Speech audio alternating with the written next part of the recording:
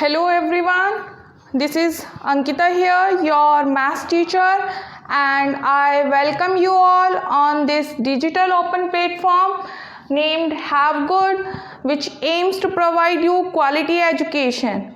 Okay, so students, in our previous session we have learned about Euclid's division lemma, and after that we learned about Euclid's division algorithm.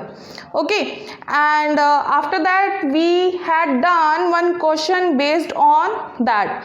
But as you all know that due to this COVID-19 pandemic situation, CBSE has reduced its 30% syllabus, and according to that revised syllabus, Euclid's division lemma is not a part of that. But just because of it is the basic of the chapter and it would be very useful for the coming session, that's why I have explained that topic very clearly. Okay, so the topic for the today, and now it has become very important for you, क्योंकि जब तक Euclid's division lemma रहता था तब तक उसमें से questions आते थे, और अब जो मेन क्वेश्चंस बनेंगे वो बनेंगे फंडामेंटल थ्योरम ऑफ अर्थमेटिक से. So the topic for the today is fundamental theorem of arithmetic. So let's start with this fundamental theorem of arithmetic, right? So basically ये थ्योरम है क्या and what does it state, कहती क्या है कि देखो कोई भी कंपोजिट नंबर है, if you have taken any composite number, तो उसका जो प्राइम फैक्टराइजेशन रहेगा, क्या रहेगा, prime factorization. The prime factorization of any composite number is always unique if we ignore the order. अब I know very well that किसी को भी ये समझ में नहीं आया कि जो ये कंपोजिट नंबर है इसका प्राइम फैक्टराइजेशन है, ये यूनिक है, ये कैसे यूनिक है और कौन सा ऑर्डर हमें इग्नोर करना है, राइट. तो सबसे पहले तो देखो इसमें कुछ न्यू टर्म्स आई हैं, लाइक सबसे first one is composite number है हमारा, देन फिर प्राइम फैक्टराइजेशन है, और उसके बाद ऑर्डर और इसकी बात करेंगे. ठीक है, तो सबसे पहले एक क्विक रिवीजन लेते हैं. Let's move for a quick revision for what is a composite number, फिर प्राइम नंबर्स क्या होते हैं एंड प्राइम फैक्टराइजेशन क्या होता है, राइट. तो इसको I will keep it aside, मैं एक बार साइड में रखती हूँ और सबसे पहले बात करती हूँ कंपोजिट नंबर की, राइट. तो देखो कंपोजिट नंबर, अब कंपोजिट नंबर्स क्या होते हैं, the numbers greater than 1 which are not prime numbers. Okay, the numbers which are greater than 1 जो कि प्राइम नंबर्स नहीं हैं. तो पहली कंडीशन हो गई which are not prime numbers. अब कुछ स्टूडेंट्स ऐसे हैं जो भूल गए हैं प्राइम नंबर्स क्या होते हैं. ओके, तो प्राइम नंबर्स क्या है, the numbers which is divisible by 1 and itself only, and the second condition is the number should be greater than 1. अब देखो there are a number of students who always get confused in this कि 1 is also a prime number. 1 prime number नहीं है, the prime number gets started with the number 2 only, right. तो इसमें भी condition क्या है, एक से बड़े number. For Hindi medium students they can write कि ऐसे नंबर्स, ऐसी संख्याएं जो एक से बड़ी हैं और खुद से या खुद के अलावा ये 1 से किसी और से विभाजित नहीं होती है। The number which is divisible bye 1 and itself only. Okay, so divisible by 1 and itself, right. तो ये हुआ हमारा कंपोजिट नंबर और प्राइम नंबर्स का कॉन्सेप्ट। अब पहले प्राइम नंबर्स की बात कर लेते हैं और फिर कंपोजिट नंबर्स हम लिख लेंगे। ये तो हुआ definition part which you will find usually in your books. But देखो, जब हम प्रैक्टिकली करते हैं ना, प्रैक्टिकली जब हमें फाइंड आउट करना है कि कौन सा नंबर प्राइम नंबर है और कौन सा कंपोजिट, तो उसके लिए देखो क्या करेंगे। तो मैंने अभी क्या बताया, 1 is not a prime number, तो हम किससे शुरू करेंगे, 2 से। अब देखो, जो हमारा 2 है that is a prime number, right. इसको मैं यहाँ लिख लेती हूँ कि अब जब मैं लिख रही हूँ प्राइम नंबर्स, ठीक है, तो एक बार इसको रब कर लेते हैं। You may note it down. अभी देखो, तो हमारे जो प्राइम नंबर्स हैं 2, बताओ 2 किसी और की टेबल में आता है क्या, नहीं आता है। And 1 is the common factor for all the numbers 2, then 3। Okay, 3 is also a prime number. 4, देखो 4 क्या है, 2 से डिविजिबल है ना, तो 4 is not a prime number, so I will skip this number. Let's check for the next one, that is 5. अब देखो 5 either it is divisible by 1 और खुद से divisible है, either it is divisible by itself और 1, ठीक है। फिर देखो 6, अगर सपोज मैं 6 लिखती हूँ तो ये देखो 2 से भी डिविजिबल है और 3 से भी डिविजिबल है, तो it is not a prime number. फिर let's check it for the another number 7 is a prime number, क्योंकि किसी और की टेबल में नहीं आता है। Then let's check it for 8 देखो it is divisible by 2 as well as 4, right. फिर 9 किसकी टेबल में आता है, 3 की टेबल में आता है। तो ऐसा कोई लॉजिक नहीं लेना है कि कंटिन्यूस जो नंबर होंगे वो प्राइम नंबर्स होंगे। आपको सिर्फ ये चेक करना है कि जो उसके फैक्टर्स हैं, अगर या तो आप बोल सकते हो कि उसके फैक्टर्स या वो डिविजिबल, दोनों बात एक ही है, राइट। तो अभी 8 नहीं है, 9 नहीं है, सेम वे 10 नहीं है, क्योंकि देखो 10 के फैक्टर्स लिखते हो आप, 2 मल्टीप्लाई बाय 5, तो ये डिविजिबल है, तो that's why it is not a prime number. फिर 11, अब बताओ 11 और 1 को छोड़कर किसी और नंबर से डिविजिबल है, नहीं है। सेम वे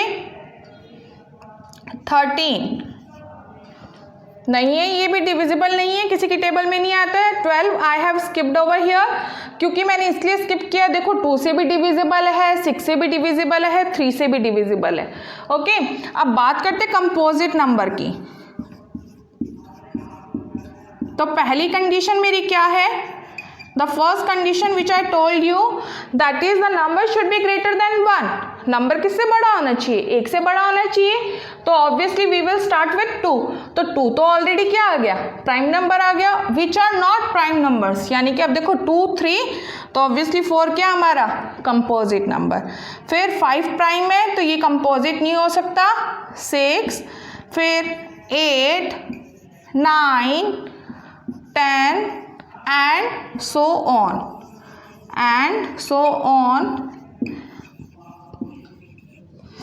तो आई जस्ट होप कि यहाँ से आपको प्राइम नंबर्स एंड जो कंपोजिट नंबर का कॉन्सेप्ट है वो अच्छे से समझ में आ गया होगा, राइट। इट्स वेरी इजी, जैसे जैसे आप प्रैक्टिस करेंगे तो प्रैक्टिकली भी आप लोग अच्छे से इसको समझ पाएंगे। अभी देखो एक और चीज़ है जिससे आप कंपोजिट नंबर इजीली आइडेंटिफाई कर सकते हो कि जो कंपोजिट नंबर है that is a big integer which can be written as the product of 2 small integers. Okay, तो this is the definition which is generally you can find it out in the books.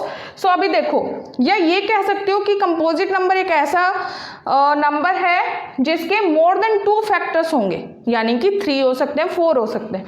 चलो let's check for that also कि अभी 4 है, तो मैंने पहला बोला कि प्रोडक्ट ऑफ 2 स्मॉल इंटीजर, तो ये एक बिग इंटीजर हो गया, तो इसको मैं लिख सकती हूँ 2 मल्टीप्लाई बाय 2। देखो दोनों इंटीजर्स हैं। अब मैंने एक चीज और बोली कि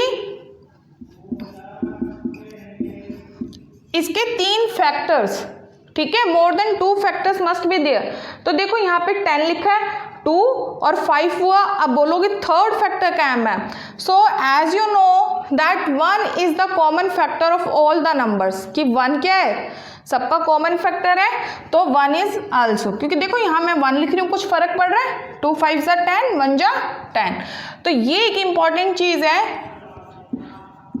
1 is the common factor for all the numbers, right. तो अब मैंने जितनी भी बुक्स में आपको डेफिनेशंस दी हुई हैं, मोर ओवर प्रैक्टिकली आप कैसे आइडेंटिफाई करोगे वो बताया। तो हमने यहाँ से सीखा composite number and prime numbers के बारे में। वहाँ पर फंडामेंटल थ्योरम ऑफ अर्थमेटिक में एक और टर्म थी, that is called prime factorisation, that is called prime factorisation. तो अभी वो देख लेते हैं कि वो प्राइम फैक्टराइजेशन क्या है। देखो फैक्टराइजेशन इज अ टर्म जो आप जर्नली फॉलो करते आए हो। फैक्टराइजेशन इज अ टर्म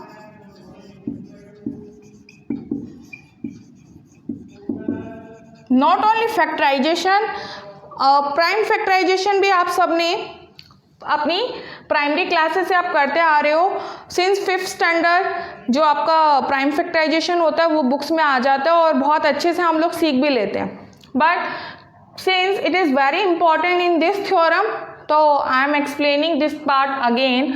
अभी फैक्टराइजेशन क्या है, सिंपल सी बात है कि किसी भी टर्म को उसके प्रोडक्ट की टर्म्स में तोड़कर लिखना, ठीक है। तो ये तो this is what we call factorisation is, okay. तो और प्राइम फैक्टराइजेशन क्या होगा, जैसे आप कोई भी नंबर ले लो, suppose I have taken 54 over here, okay. तो अभी 54 का फैक्टराइजेशन करना है, राइट।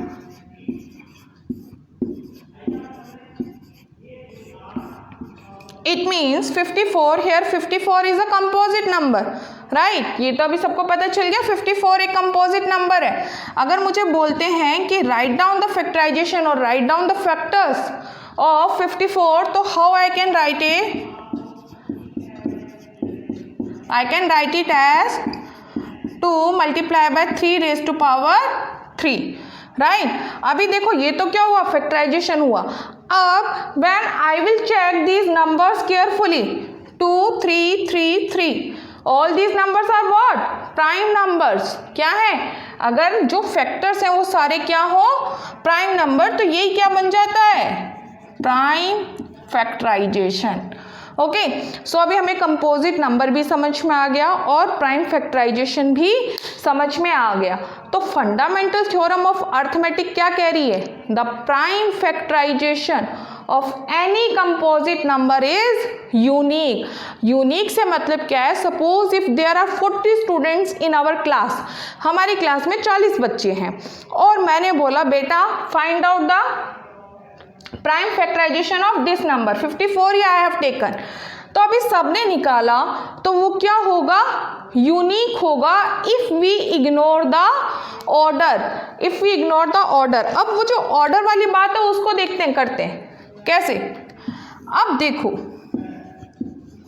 मैंने क्या किया, यहाँ पे I have started with the 2, क्योंकि एक जर्नल सा कॉन्सेप्ट क्या होता है कि you should always start with the smaller prime number, आपको हमेशा छोटे से छोटे प्राइम नंबर से शुरू करना चाहिए।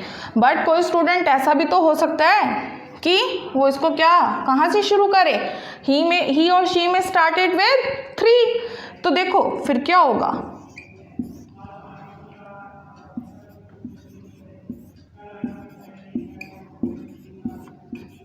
क्या ये सही प्राइम फैक्टराइजेशन नहीं है, बिल्कुल सही है।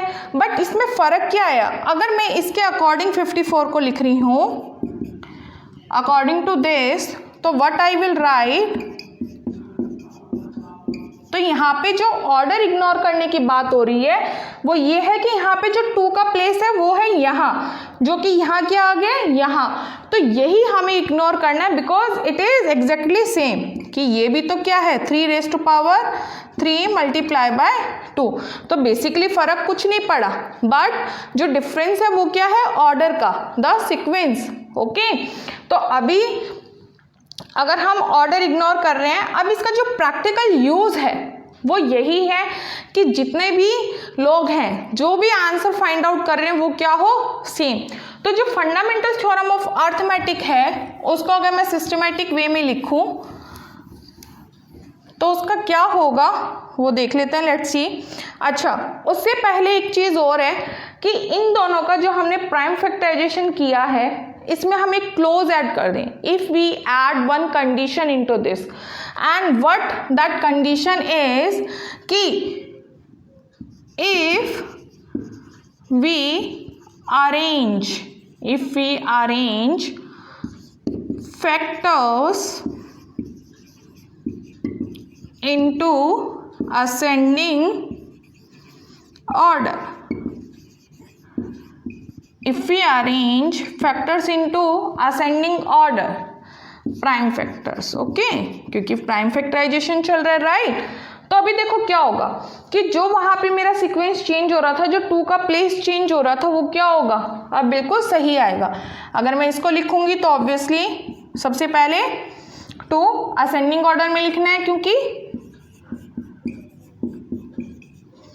This is according to the this. And अगर बात करें इसकी, तो अगर इसको भी मैं असेंडिंग ऑर्डर, अगर मैंने ये क्लॉज एक और ऐड कर दिया है तो it will be, then both will be the same,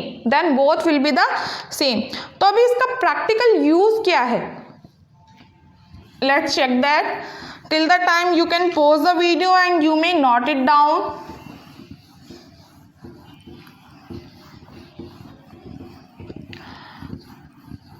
For the practical use of this theorem, I have taken one example from your book itself, and the example is given on page number 9, and this is example number 5.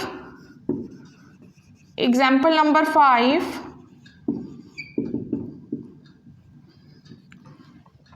And it says that consider the number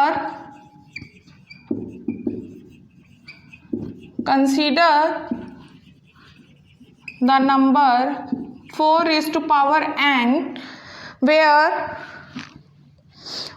n is a natural number,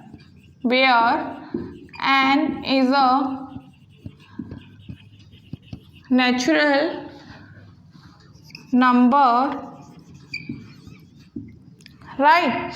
Now you have to check whether if any value of n for which 4 raised to power n ends with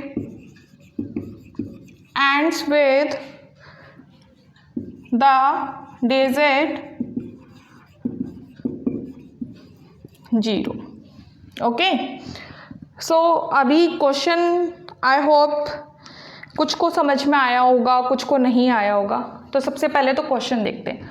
okay, consider the number 4 raised to power n where n is a natural number. Natural number क्या होते हैं, integers होते हैं। First session में अच्छे से सीखा है, natural numbers means integer, positive integers, okay. और नेचुरल नंबर हमें पता है, जब देखो नेचुरल नंबर्स टर्म आए तो इंटीजर सपोज करना, और अगर इंटीजर्स आए बार बार तो नेचुरल नंबर मान के चलना है, right. Check whether if any value of n for which 4 raised to power n ends with the digit 0, यानी कि यहाँ पे क्या फाइंड आउट करना है, n की वो वैल्यू जिससे कि जो डिजिट है n डिजिट, यानी कि यहाँ पे जो रिजल्टेंट आए वो क्या आए, 0, 4 raised to power n के लिए। तो क्या हम ऐसा करेंगे कि 4 raised to power 1, 4 raised to power 2, 4 raised to power 3, 4 raised to power 4। तो देखो students, it is very hard to do it like so, क्योंकि देखो 4⁴ अभी देखो तो 16 हो गया, फिर 64 हो गया, एंड इट विल बी 256। तो ऐसे तो अगर हम करेंगे तो it will take lot of time, and यहाँ पे मुझे तो कहीं पे भी 0 नहीं दिखाई दे रहा, तो in this way it is not possible to do this question. तो इसके लिए एक छोटी सी ट्रिक बताती हूँ। क्वेश्चन सबको समझ में आ गया होगा कि n की एक ऐसी वैल्यू निकालनी है जिसके लिए एंड डिजिट क्या हो, 0। ओके, तो यहाँ पे एक पॉइंट लिख लेते हैं, फॉर 1 एंड डिजिट 0, यानी कि जो यूनिट प्लेस का वैल्यू है, the value of unit place should be 0, उसके लिए एक कंडीशन है। देखो वो क्या होगी, अभी 0 है, जैसे सपोज मैंने 10 लिया तो इसका यूनिट प्लेस क्या है, 0 है ना। तो जब हम इसके फैक्टर्स लिखेंगे तो क्या होगा, 2 और 5, राइट होगा। तो देखो अभी इसमें यही हमें करना है कि इसकी एक कंडीशन, ये 10 तो मैंने अब इसलिए लिया so that you can remember it easily, okay, आपको अच्छे से याद रहे। तो इसकी कंडीशन ये है कि 1 एंड डिजिट 0 हो, उसके लिए कंडीशन क्या हो कि जो एक फैक्टर है 2 हो, एटलीस्ट यहाँ पे there is one word, at least we need 1 2 and 1 5 as a factor. Okay, अगर इसी जगह बोले मुझे कि 2 एंड डिजिट शुड बी 0, तो उसके लिए क्या होगा, 2 टाइम्स 2 और 2 टाइम्स 5। ओके, या आप इसको ऐसे लिख सकते हो, ये मैंने लिख दिया है एक्सपेंडेड फॉर्म में, ये लिखा है शॉर्ट एंड फॉर्म में, राइट। तो 2 एंड डिजिट 0 के लिए कंडीशन है। अब आप बोलोगे ma'am now we come to know, अब ठीक है, now we understood, it's very easy. अगर 3 एंड डिजिट 0 है तो क्या करोगे, यस 2⁻3 5⁻3।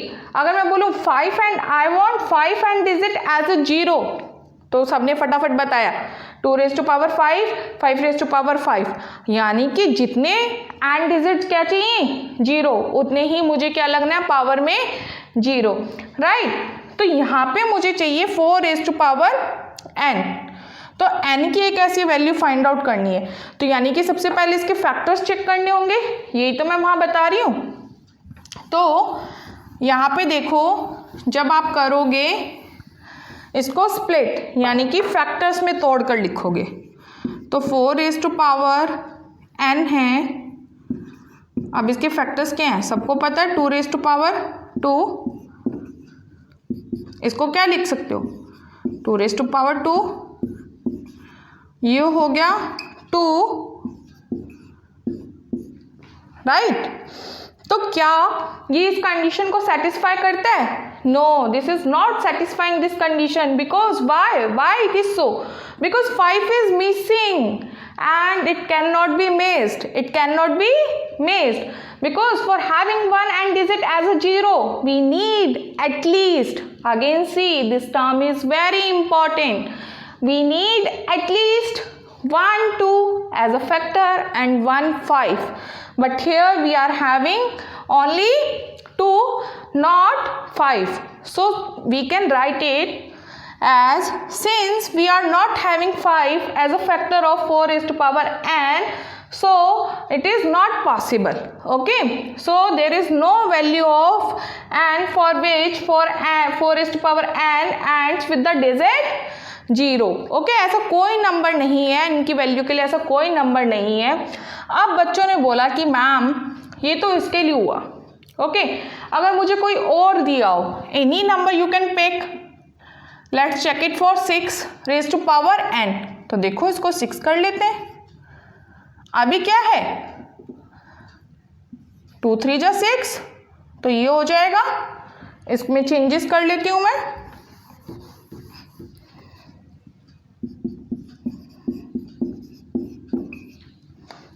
होना चाहिए मेरे पास 2 and 5, at least 1 2 and at least 1 5 for having 1 and digit as a 0, but क्या यहाँ पे 5 है? No, again it is missing. Same is for 8 raised to power n के लिए चेक करोगे. ओके तो यहाँ पे मैंने किया same, I have made changes over here. आप देखो 8 raised to power n तो क्या होगा 2 2 जा 4 2 जा 8, यानी कि 2 raised to power 3 raised to power n 2 3n. तो क्या है, क्या यहाँ पे 5 है? No, again 5 is missing. Let's check it for 10, for the value 10 कि अगर 10 के लिए है तो क्या होगा या नहीं. अब बोल रहे हैं मैम नाउ अब तो बहुत इजी हो गया, now it's very easy for us, easily we can find out. क्योंकि यस जो 10 है उसके फैक्टर्स क्या होते हैं 2 multiply by 5. Yes, there is at least 1 2 we are having right now and at least 1 5 we are having. So here it is possible for 10 raised to power n we may have one value for which 10 raised to power n ends with the digit 0. Okay, so यहाँ पे fundamental theorem of arithmetic का जो use है वो क्या है basically that everybody will get the same answer. Okay, everybody will get the same answer. अगर ऐसा नहीं होता एटलीस्ट 1 2 और एटलीस्ट 1 5 का कॉन्सेप्ट तो it may be not possible for us. Okay, so यही क्या है uniqueness of the fundamental theorem and it guarantees that there are no other primes in the factorization of 4 raised to power n. So the natural number n for which 4n ends with the digit 0. Okay, so this is what you have to do in this kind of questions. Now I am going to take another example which is example number 6 और वहाँ से भी we will try to learn one another important formulation, right? So ready guys? Okay, so in example number 6 you have to find the SCF and LCM. Find the LCM and SCF of 6 and 20 by prime factorization method. By the prime factorization method.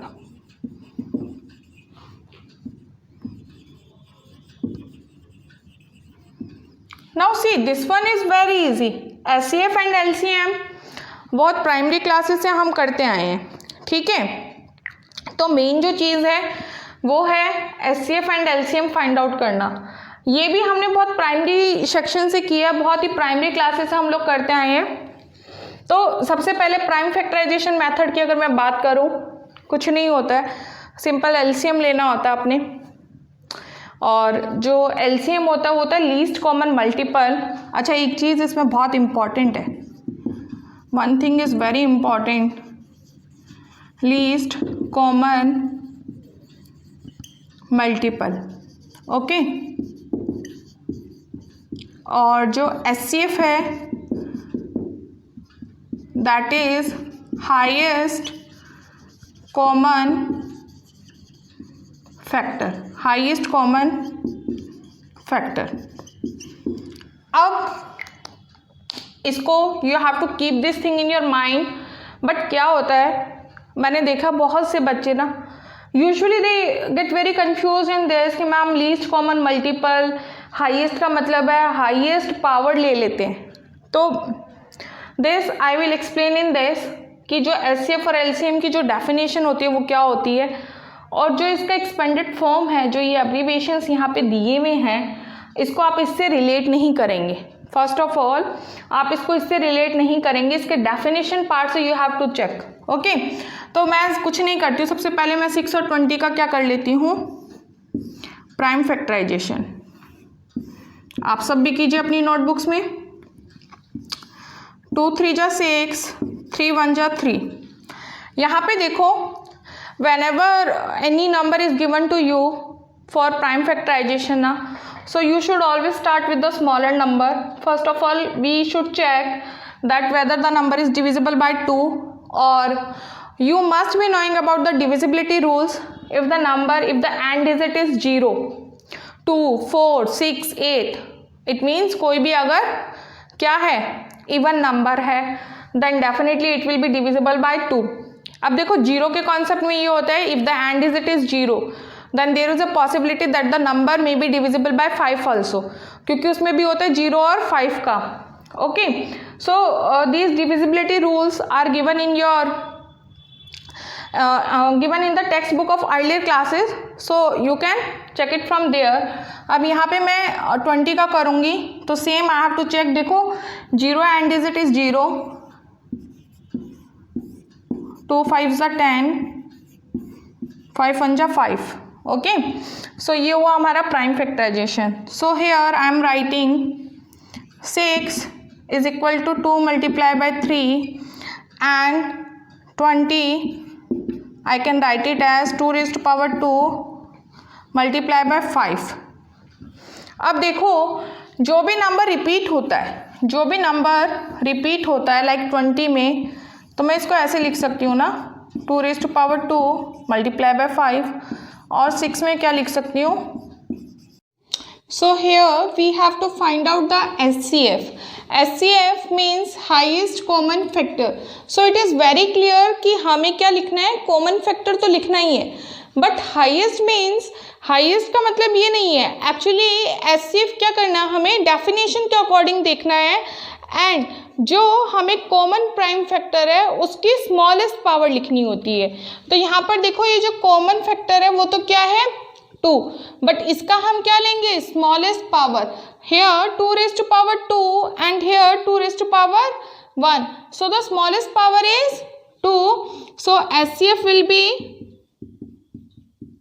what, 2, right? Now we have to find out the LCM. So LCM में हम क्या करते हैं, least common multiple. Least common multiple में सी जो common है उसकी लेंगे ग्रेटेस्ट पावर, कॉमन जो फैक्टर है उसकी ग्रेटेस्ट पावर। सो कॉमन क्या है 2, इसकी ग्रेटेस्ट पावर कितनी है 2 raised to power 2, and every non prime factor, every non common prime factor, यानी कि बाकी फिर जितने भी कॉमन नहीं बचते हैं वो लेने। तो ये देखो, कॉमन में ये हमने ले लिया, इसके अलावा क्या बचा हमारे पास 3 and 5। तो let's solve this. 2 raised to power 2 4, 4 3 जा 12 and 12 5 जा 60। So the LCM of 6 and 20 is 60 and HCF is 2। अभी देखो, यहाँ से एक और चीज़ भी प्रूव हुई कि यहाँ पे हमारा जो HCF और LCM है वो क्या है, द प्रोडक्ट। अगर हम इन दोनों नंबर्स का प्रोडक्ट चेक करें, अगर आप ध्यान से इन नंबर्स को देखोगे तो हमारा कितना है LCM और HCF 60 and 2। ओके, तो यहाँ पर अगर हम LCM और HCF को मल्टीप्लाई करें, यानी कि 60 और 2 को मल्टीप्लाई करें, तो ये होता है हमारा 120, राइट। और 6 और 20 यानी कि जो नंबर्स हैं उनको भी मल्टीप्लाई करें तो क्या बनेगा 120।